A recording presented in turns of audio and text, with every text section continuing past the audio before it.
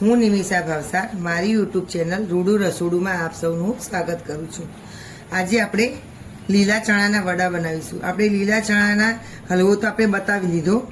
હવે આપણે અત્યારે લીલા ચણાની સિઝન સરસ ચાલે છે, સસ્તા ને સારા આવે છે, તો એના વડા બનાવીશું। તો આવા આવે લીલા ચણા, આ એકદમ સરસ મેં બધા ફોલી અને ભેગા કર્યા। હવે આ ચણાને મેં અહીંયા ક્રશ કરી લીધા છે। કટરમાં કરો તો કટરમાં, નહીં તો મિક્સરમાં પલ્સ મોડ ઉપર ચાલુ બંધ ઉપર કરીને કરી લેવાના। અધકચરા કરવાના, એકદમ પેસ્ટ નહીં બનાવવાની।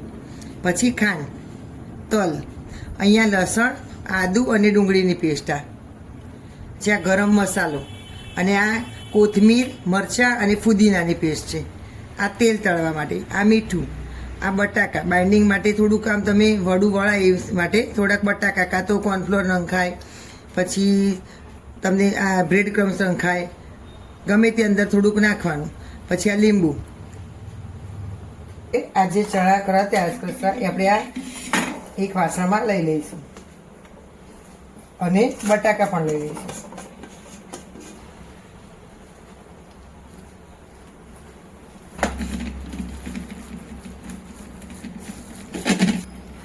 હવે આપણે તલ ઉમેરીશું। પછી આ આદુ, લસણ અને ડુંગળીની પેસ્ટ, ફુદીનો, મરચાં અને કોથમીરની પેસ્ટ। તીખાસ માટે આપણે લાલ મરચાં નથી ઉમેરવાના, લીલા મરચાં જ નાખવાના। પછી અડધી ચમચી જેટલો, એટલે એક નાની ચમચી જેટલો ગરમ મસાલો, અને અડધો લીંબુનો રસ। આપણે અડધો લીંબુનો રસ નહીં જોઈએ તો એક ચમચી જેટલો, એટલે આપણે 1 થી 1.5 ચમચી જેટલી ખાંડ નાખીશું। હવે આ બધું સરસ મિક્સ કરી લઈશું હાથેથી।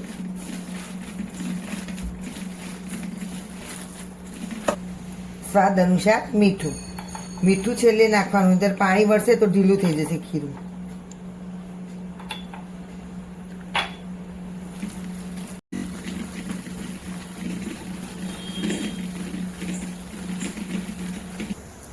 આપણે તેલ ગરમ થવા મૂક્યું તો તેલ થાય ત્યાં સુધી આને સરસ ફેણી લઈશું।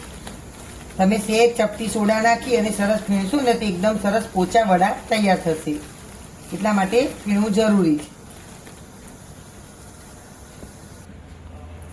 હવે આ આપણું તેલ ગરમ થઈ ગયું છે, તો આપણે અહીં નાના નાના વડા આપણે ઉતારી દઈશું। મીડિયમ સાઈઝના ઉતારવાના, એટલે એકદમ સરસ ચડી જાય અંદરથી।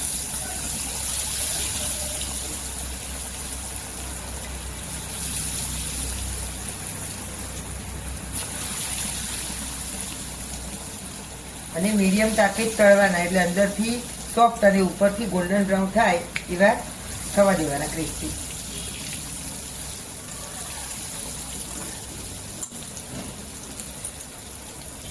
એને તરત નહીં પલટાવાના, થોડીક વાર થાય પછી પલટાવાના, નહીં તો શું આમાં આપણે ચણા એકલા જ લીધા છે ને બટાકા, તો શું વેરાઈ જશે, બધું તેલમાં કચરો થશે। એટલે થોડુંક નાખ્યા પછી થોડીક વાર રાહ જોવાની, પછી ધીમે રહીને પલટાવાના। હવે ઉપરથી ક્રિસ્પી અને અંદરથી સોફ્ટ થાય ત્યાં સુધી આપણે તળી લઈશું। આપણે આ ધીમે ધીમે પલટાવીશું, કારણ કે એકદમ સોફ્ટ હોય એટલે હળવે હાથે એને હલાવવાના।